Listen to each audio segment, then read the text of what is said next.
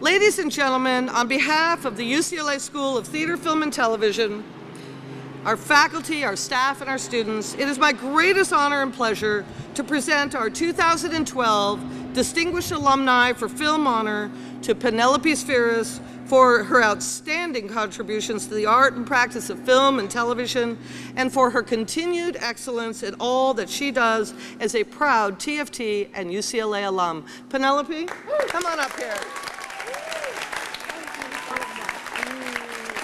Okay. Oh, well, wow, that's great. I didn't know that I was inspiring to you way back then. That's so awesome. Well, first of all, let me say congratulations to all of you. I know you must be so proud and your families must be so proud of you. It's an incredible honor that you have done this, and I hope you give yourselves a good pat on the back today. When I was here in school, I thought it was 30 years, but Shirley Joe reminds me it's been 40. And back then, there really, women they weren't really women directors. And so I never really thought I could be a director. I started out as an editor. And assistant editor, actually. And I was working on these industrial films, and yeah, I swear, I never, ever in a million years thought I could be a director. Especially when I was working in that job, the first one was because the editor that I was working for was really mean, and he was like the Nazi editor that made me do everything perfectly, and we had to go show a film one time, and I had it in a box, right? And we were in the elevator, and he made me so nervous. When the elevator went up, I barfed on the film, and that was. I knew I was going to get fired. That's a true story. I knew I was going to get fired, and I was really scared the next day. But when I got there, a friend of mine called me and said, "How would you like," he said, "I saw a film, the one that Terry's talking about." He goes, "I saw your film at the San Francisco Film Festival." It was called I Don't Know. And he said, he worked over at CBS Records. Peter Feldman was his name. He goes, can you do a music video for us over at CBS Records? And I thought, well, what in the world is a music video? He said, we just figured out we didn't have to send the whole band around the world. We could just make a little piece of film and send that. So I started this film company called Rock and Reel, which was the first company that did music videos, and had, a whole business going on before everybody else got into it, and way before MTV. And it was, I don't know, I learned, what I did was I took all the tools that I learned here at UCLA. Oh, by the way, I forgot to tell you, I was the first woman to work in the tech office here at UCLA. Yeah, how about that? And you know why they never had any women before me? Somebody just fell off their chair. You know why they didn't have any women before me was because they didn't think we could pick up the equipment. Okay, so it's true, huh? Yeah, so anyway, where was I? So anyway, I started making these music videos, and I somehow got hooked up with these people that were working with, they were friends. I answered an ad over here in Melnitz. It said, we need a transcriber, and I typed really fast, So they were doing a movie about Jimi Hendrix. And so I transcribed all this stuff, and it was these two guys that was working with Lorne Michaels, and I was sitting with Lorne Michaels and Gary Weiss and John Head one day, and they said, you know what?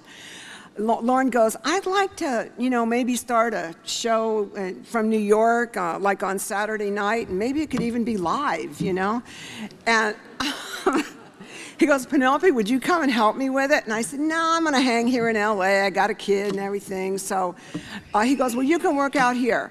I said, fine. So he wanted Albert Brooks to work on the show, to do shorts, because he goes, this is like the hot new comedian. But he goes, he doesn't really understand how to make movies. And I go, well, I do, because I went to UCLA and I learned. And And so I was lucky enough to get hooked up with Albert, who didn't know anything about making movies, and he knew everything about Hollywood, though, and I knew nothing about Hollywood. So Albert introduced me to all these awesome people, and I was like, oh man, I was really scared that I knew Jim Brooks and Rob Reiner and all those guys back then. But one day they said, why don't you go and go in for this gig to produce Private Benjamin that Goldie Hawn was going to be in. And it was right when the whole punk rock thing was going on. And I went, you know, I think I better not. I think I better just go do a documentary on the punk rock scene. And they were making so much fun of me. But it was that step sideways that really made the difference in my life. That was the Decline of Western Civilization was the most written about movie of that entire year, which was 1980. Yeah, and I mean, to this day, it's the work that when I go to my grave, that's what I want to be remembered for, is having done that documentary. And it was such a difficult decision to step away from all that power that could have, you know, I could have been all in the Hollywood scene, was what it was. But anyway, so I did that, and I have to say along the way, it's just been, people say, why do you have all these different kind of films that you've done? And it's because I took whatever job I could get. And that's what I'd like to say to you. Just take the work and learn all the different things that you need to know. I must have said something funny. No. But see, then when I did The Decline Part 2, actually I got that gig because I knew Lorne Michaels from way back, and because I was the only director in Hollywood that knew anything about heavy metal music at the time. And so I got that job to do The Decline Part 2, but then I got Wayne's World as a result of that. Now, who would think, you know, that all of a sudden, and they had no idea that the movie was going to do well, and so they gave me 7% of it. So I know, I'm like this white trash chick from the trailer park out in Orange County, and I got 7% of Wayne's World. Now, who figures that, you know? So anyway, after that, I could only do comedies, which, you know, I really didn't start out wanting to do comedies at all. But it's okay. I took the gigs. I did the Hellbillies. I did the Rascals. I did Black Sheep and all those movies. But let me tell you a really funny story about Black Sheep, and then I'll get out of here. One Sunday morning, I get a call from Sherry Lansing, head of Paramount Studios. And she says, Penelope, we have to shoot this movie with Chris Farley. We've got to exercise an option on him, because if we don't, he's going to go away and he's going to do Cable Guy. So can you do a movie with Chris Farley? And I went, well, what is it? And she goes, well, we don't know.